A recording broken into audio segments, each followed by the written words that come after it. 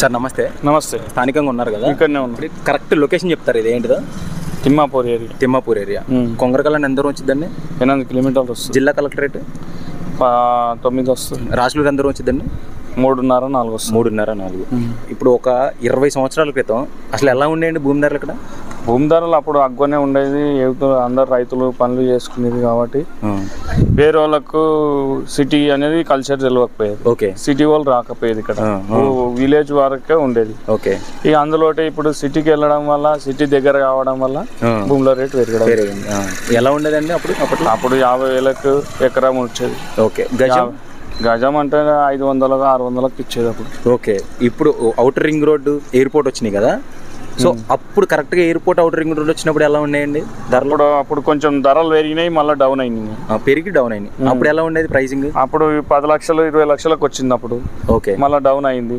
మళ్ళీ ఇప్పుడు జంప్ అయింది. ఇప్పుడు ప్రెసెంట్ ఎలా ఉన్నాయి రేట్స్? ఇప్పుడు 3 కోట్లు 4 కోట్లు నడుస్తుంది. గజం ధర ఎలా ఉంది? గజము గ్రామ కంటంలో అయితే 8-10 నడుస్తుంది. లేఅవుట్లో అయితే 15,000-18,000 దాకా నడుస్తుంది. 20,000 నడుస్తుంది. రోడ్ బిట్ అయితే 20,000 ఉంది. ప్లాట్ బట్టి చూస్తుంది. నమస్తే అండి. నమస్తే. ఉన్న ప్రాంతం ఏది? తిమ్మాపూర్. కొంగరకల్లా ఎంత దూరం వచ్చిందండి ఇక్కడ నుంచి?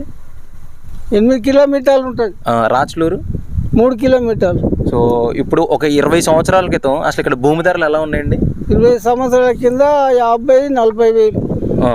ఇప్పుడు ఎయిర్పోర్ట్ అవుటర్ రింగ్ రోడ్ వచ్చింది కదా, అది వచ్చిన సంది 3 లక్షలు 2 లక్షలు అయినాయి. అది రాకముందు, అది రాక మొదలు గదే ధర ఉన్నది. మొదలు చెప్పిన ధర వచ్చినాక 2 లక్షలు అయింది. 2 లక్షలు అయింది. అది ఇప్పుడు ఎలా ఉన్నాయండి భూమి ధరలు? ఇప్పుడు 10 ఏళ్ల సంది పెరిగిపోయింది. 4 కోట్లు 2 కోట్లు అయింది. 2 కోట్లు పోయి 3 అయింది. 3 కోట్లు పోయి 4 కోట్లు అయింది. ఇప్పుడు 4 కోట్లు 3 కోట్లు ఉంది. గజాల్లో ధరలు ఇండ్లకు అమ్మేటిది 16,000 గజం ఉంది.